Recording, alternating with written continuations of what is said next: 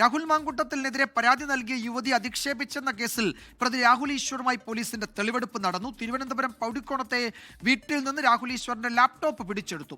രാഹുൽ മാങ്കൂട്ടത്തിനെ അനുകൂലിച്ച് ഇനിയും വീഡിയോകൾ ചെയ്യും എന്നായിരുന്നു രാഹുൽ ഈശ്വറിന്റെ വെല്ലുവിളിയും പ്രതികരണവും.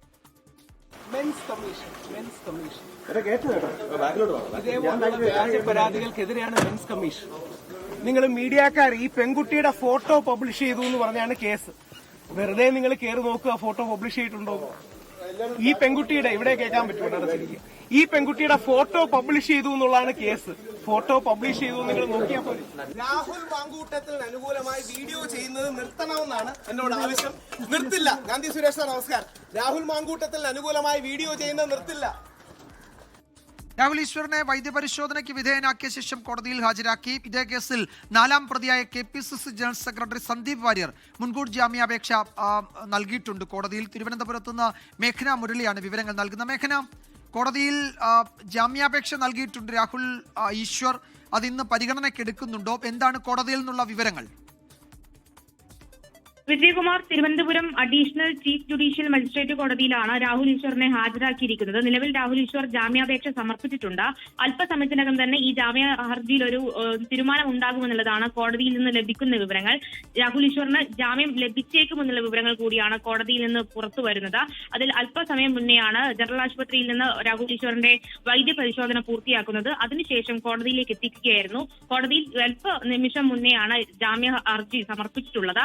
അതിൽ ജാമ്യം ലഭിക്കുമെന്നുള്ളൊരു വിവരങ്ങളാണ് കോടതിയിൽ നിന്ന് ലഭിക്കുന്നത്. ഇന്നലെയാണ് രാഹുൽ ഈശ്വറിന്റെ പൗടിക്കോണത്തെ വീട്ടിൽ നിന്ന് അന്വേഷണ സംഘം സൈബർ പോലീസ് എത്തി രാഹുലിനെ കസ്റ്റഡിയിലെടുക്കുന്നത്. നീണ്ട ചോദ്യം ചെയ്യലിനൊടുവിൽ അറസ്റ്റ് രേഖപ്പെടുത്തുന്നു.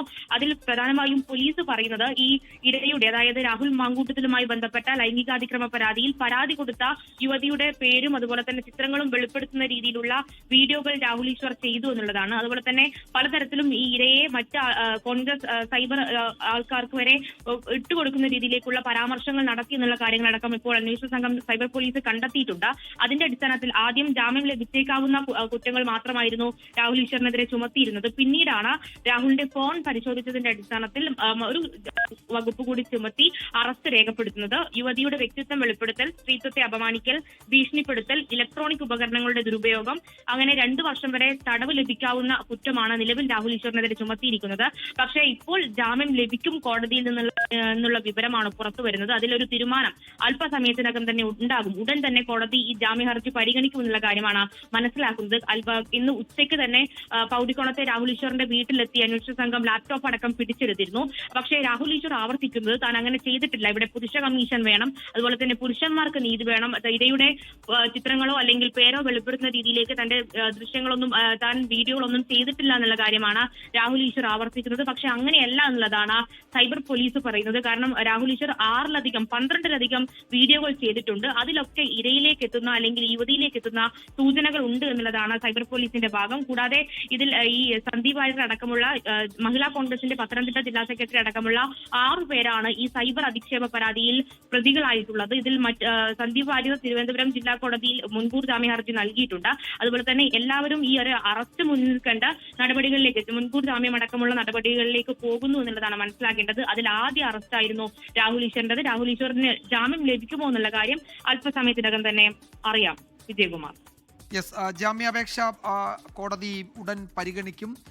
ജാമ്യം നൽകുമോ എന്ന് ഏതാനും മിനിറ്റുകൾക്കുള്ളിൽ ഒരു പക്ഷേ അറിയാൻ കഴിഞ്ഞേക്കും. എന്തായിരിക്കും പ്രോസിക്യൂഷന്റെ നിലപാട് എന്നൊക്കെ അറിയേണ്ടതുണ്ട്. കോടതിയിൽ ഹാജരാക്കിയിട്ടുണ്ട് രാഹുൽ ഈശ്വറിനെ. ഈ കേസിൽ 4ാം പ്രതിയാണ് KPCC general secretary Sandeep Warrier മുൻകൂർ ജാമ്യം തേടി കോടതിയെ സമീപിച്ചിട്ടുണ്ട്. കോടതി പിന്നീട് പരിഗണിക്കും. കോടതി നടപടികൾ ആരംഭിച്ചിട്ടുണ്ട്. മേഘന മുരളിയാണ് വിവരങ്ങൾ നൽകിയത് തിരുവനന്തപുരം. ലോകത്തെവിടെയായാലും ഏത് സമയത്തും 24 വാർത്തകളും ഓഗ്മെന്റഡ് റിയാലിറ്റി പാക്കേജുകളും എക്സ്പ്ലെയിനറുകളും വിശദമായി കാണാൻ ഞങ്ങളുടെ YouTube ചാനൽ നിങ്ങൾക്ക് സബ്സ്ക്രൈബ് ചെയ്യാം.